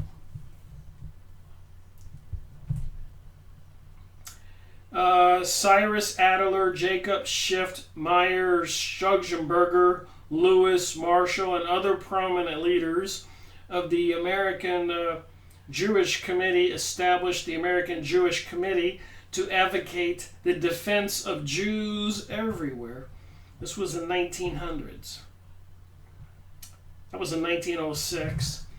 In 1911, the American Jewish Committe leads successful campaign to annul American commercial treaty with anti-Semitic Russian regime. 1914, the Jewish Committe in Palestine became increasingly isolated during World War I and receives crucial financial assistance from the American Jewish Committe. 1914, American Jewish Committe leaders help found the American Jewish Joint Distribution Committee, which focuses on the assisting Jewish war victims in World War I. Now remember, the Jews had found safe haven in Germany. And Germany was winning the war. But wait till you see what's on this same page that I just showed you. endorses Balfour Agreement, in which the British government pledges to support the establishment of a Jewish homeland in Palestine. It's on this page. Everything I've been saying. People will call me a liar on this top, the other side, where opposite my finger.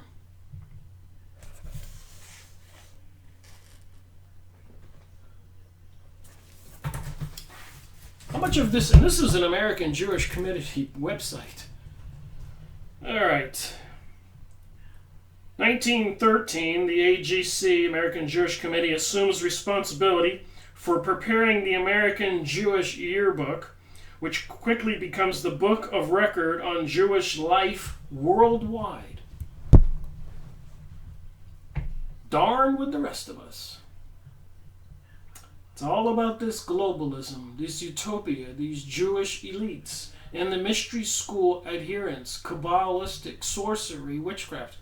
And not all Jews are part of this. Orthodox Jews, God-fearing Jews, Torah Jews have died and suffered, and even written books like Rabbi Marvin Entelman, I just talked about. You can go see my series. Trying to warn us and tell us. Prominent Jewish citizen Benjamin Friedman, look it up please. Benjamin Friedman, New York City, prominent Jewish man. His famous speech, he talks about all this, warning everybody. But they'll tell you, that was somebody faking it. That really wasn't a Jewish person. I don't think anybody's ever said that about Benjamin Friedman.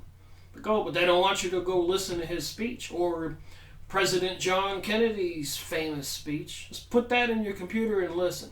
Sit back. Get a cup of coffee, cup of tea, and then wake up. Then again, you might become prejudiced. AGC advocates for legislation in New York to end discrimination in public accommodations, resorts, and the amusement parks, resulting in the passage of a law that serves as a model for other states.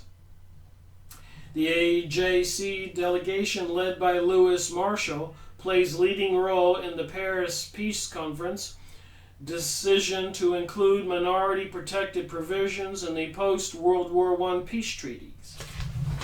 So who were the minorities? That would have been the Jews all over the world. And they used the black issue and other minority issues to their advantage to create incitement to get the laws passed.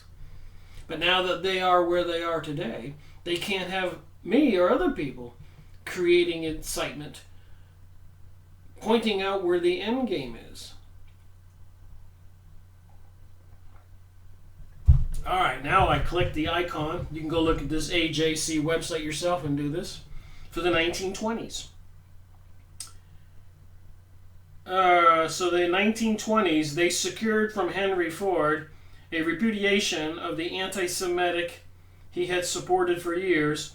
So basically, they had all the Jews and other people not buy Henry Ford's automobiles. So he succumbed and said it was all a mistake. The power of money, the ability to crush people like Henry Ford and anybody else who gets in the way. All right.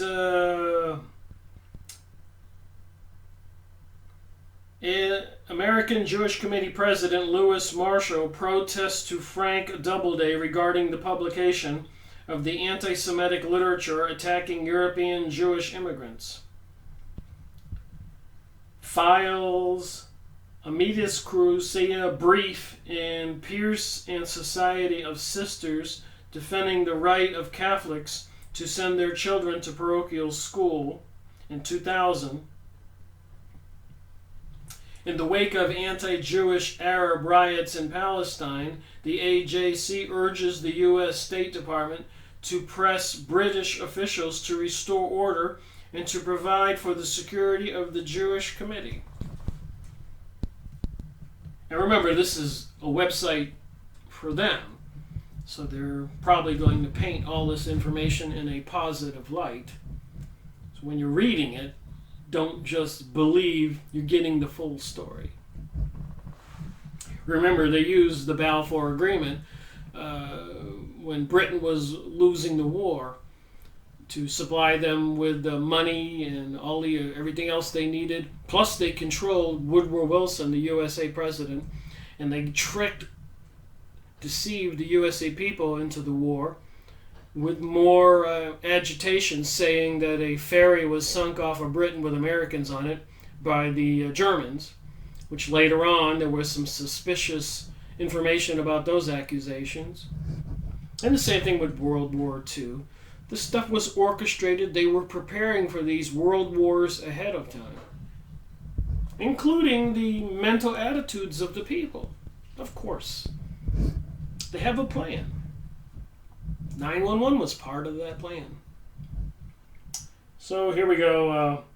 When the U.S. government declares the annual quota for Russian immigrants has been exhausted, almost 1,000 newly arrived Russian Jews face deportation. So apparently back then, and Henry Ford wrote about this as well as others, they were setting up barracks all over Europe for these Jewish people, training them to immigrate to the United States through New York, etc. Predominantly, nobody else was being guided into the USA. And these Russian and other Western European Jews were causing all kinds of problems and incitement here in the United States. And Henry Ford wrote about it. Go watch my videos. Go get his books.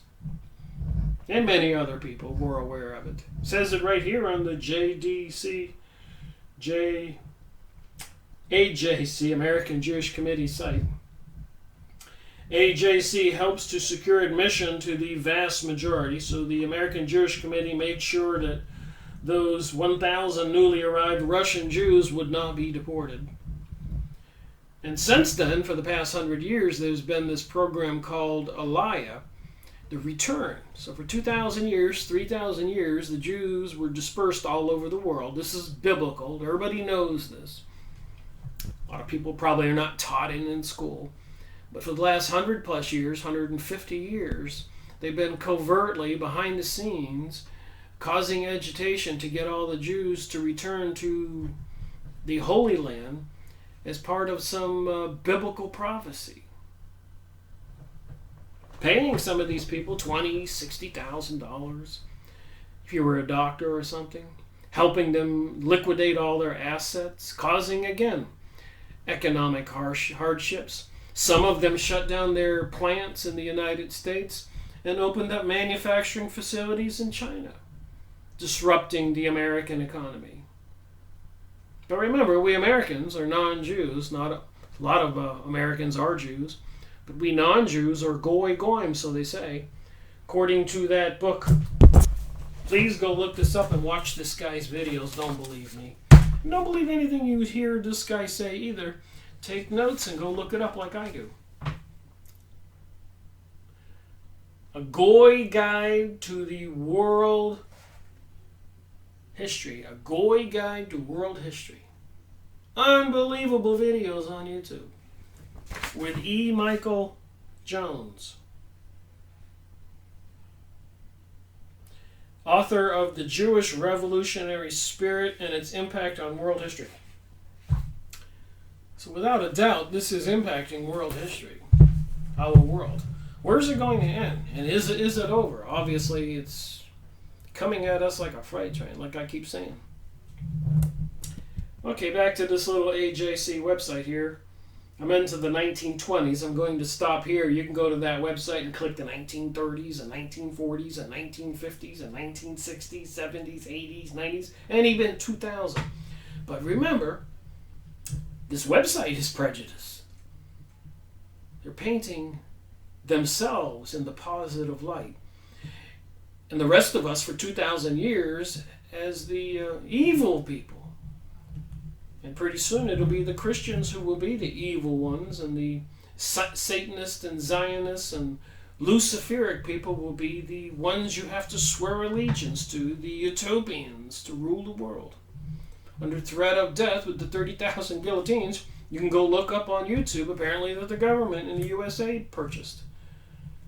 Called Noahic laws, by the way.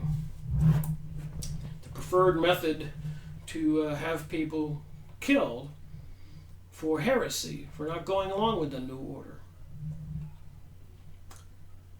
Alright, joins emergency relief effort to assist the more than 10,000 European Jews en route to the USA during the 1920s who were suddenly stranded as a result of a newly enacted U.S. immigration quotas. So the Congress people in the United States were aware of all of this. They were trying to control it. But it was really hard probably to fight these Zionist, Jewish, secret mystery school elites from all these secret societies, Freemasons, Illuminati, Rosicrucian, Knights of Malta, Knights of Columbus, and all these other organizations, thousands of them, into this Isis, Osiris, Horus, secret mystery religion, which apparently is the same as satanic, Luciferic, Ra, Moloch, stuff I've been going over, and I will continue to go over.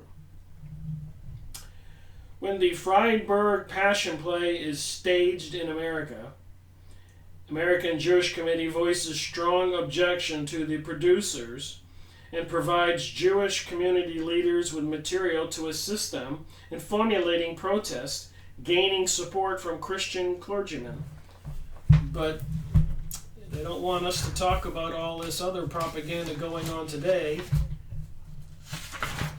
about all this anti-Christian activity, TV programming. Another document here, like I said, I can barely touch the surface about what I'm talking about. Solving the Mystery of Babylon the Great, Tracking the Beast from the Synagogue to the Vatican.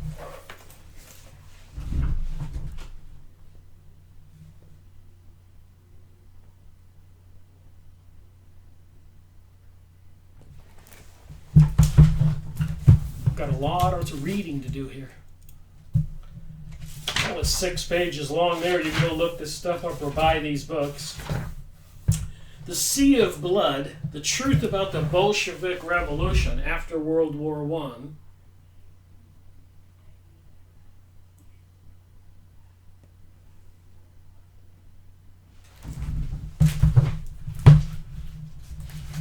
You got to pay attention who published the article. Are they pro or con? And who they putting the blame onto? Are they trying to say that the rest of the world was wrong for 2,000 years? And maybe they trying to convince everybody that it was right to crucify Jesus. How many people will believe that? When Jesus added a commandment that we are to love one another. And I've been reading the New Testament, trying to read it entirely and making videos as I go. And I will finish it.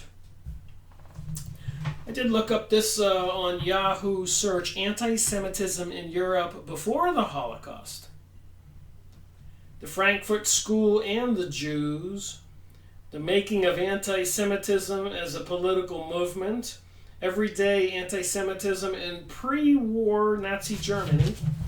Remember, the Germans were betrayed during World War I. So put those keywords in and see the results.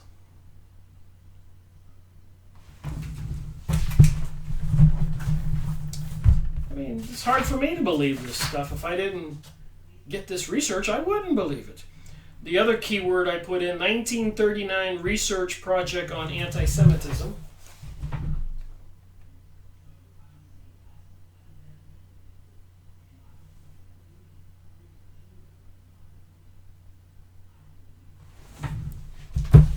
At what point do people believe this?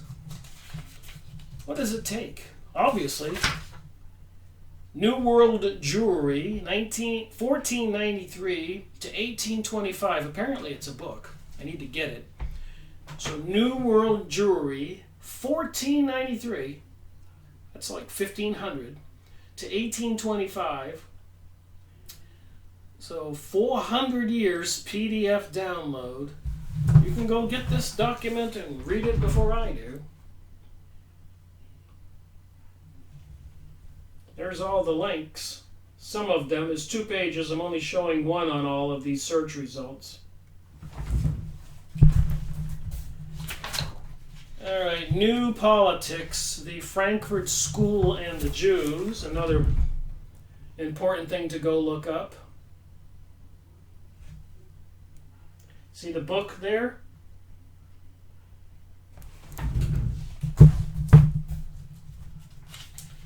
The Frankfurt School is an outstanding piece of scholarship. The relationship of the Frankfurt School to Judaism has, of course, been discussed in several works. So I like to read this stuff. Even if they want to paint themselves in the positive light, I know the difference in how to read things. And here's a book you can look up. I found it on the AGC website. Again, who is a Jew?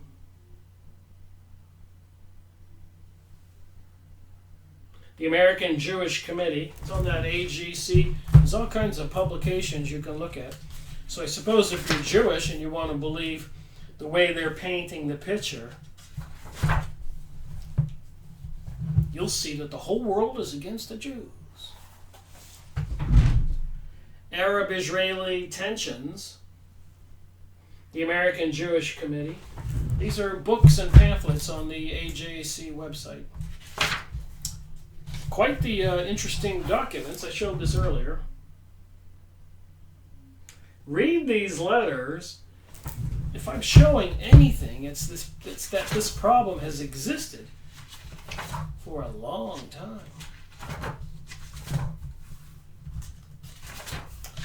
Apparently, here in the USA, they've been causing problems.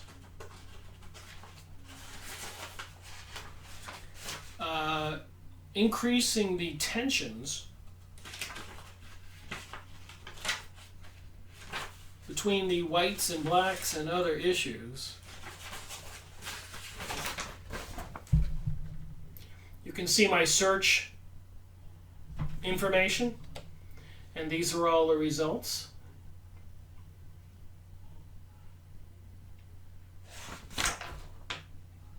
A racial program for the 20th century. So they were using the issue of relationships of blacks and whites. Here's a book that they put together.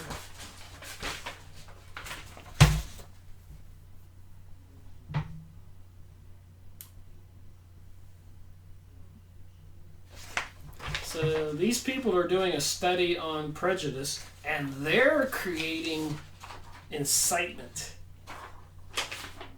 and racial tensions.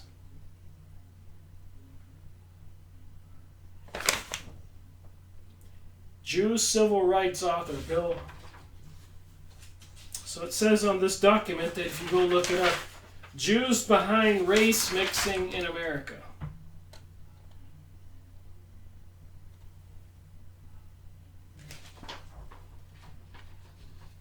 From their own mouths, the Jewish reveal their plans.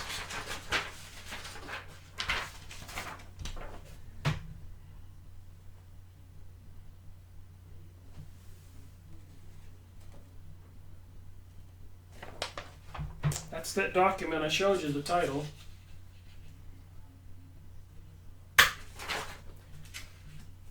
Jews raise money for blacks.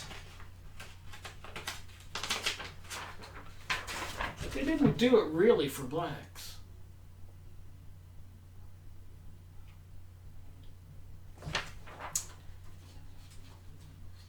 They had to raise the tension in America. They had to get support. The great idea of Judaism, plan for the future. Israeli Brotherhood. Is that what it says? The great idea of Judaism is that the whole world shall be imbued with Jewish teachings, and that a universal brotherhood of nations, a greater Judaism, in fact all of the separate races and religions shall disappear from the Jewish world. 9 February 1883.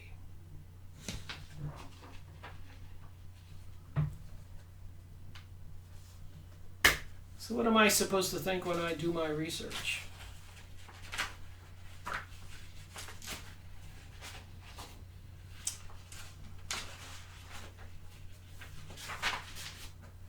This is that little thing I was talking about earlier. Please look this up. This is pretty scary.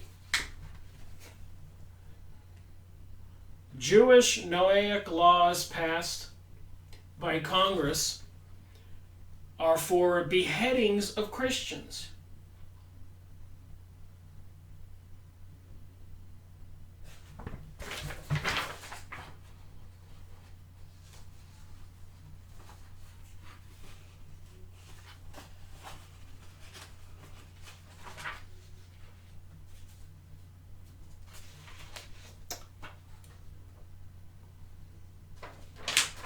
Cartoons out there galore.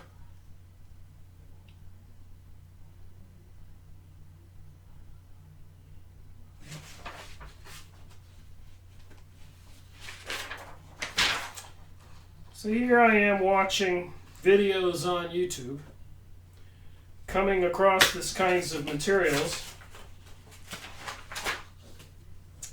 finding out that the goal is some kind of mystery religion, comparing the religion between the Egyptians and the pyramids and the Sphinx with King Solomon's temple and the magic, King David, King Solomon, the Ark of the Covenant.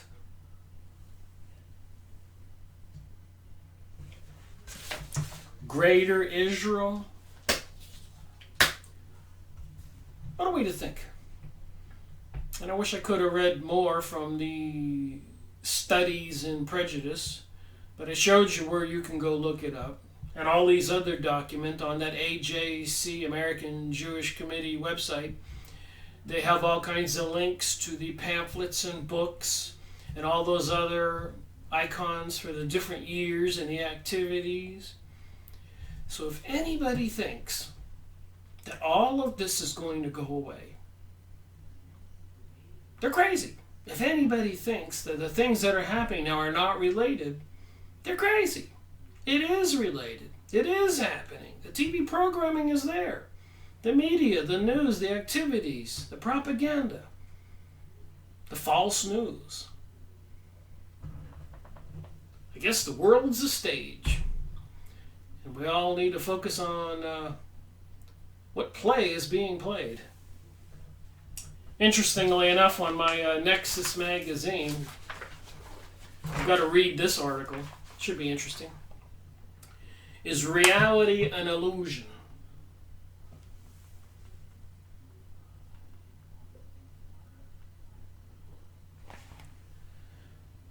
A Facebook future, mass manipulation.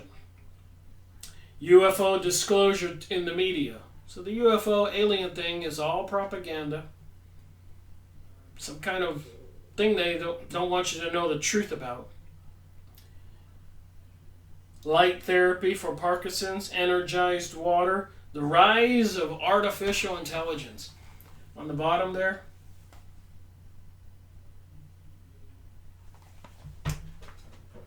Some interesting times ahead. We can be sure. Thank you for watching my video. Rick Miracle reporting.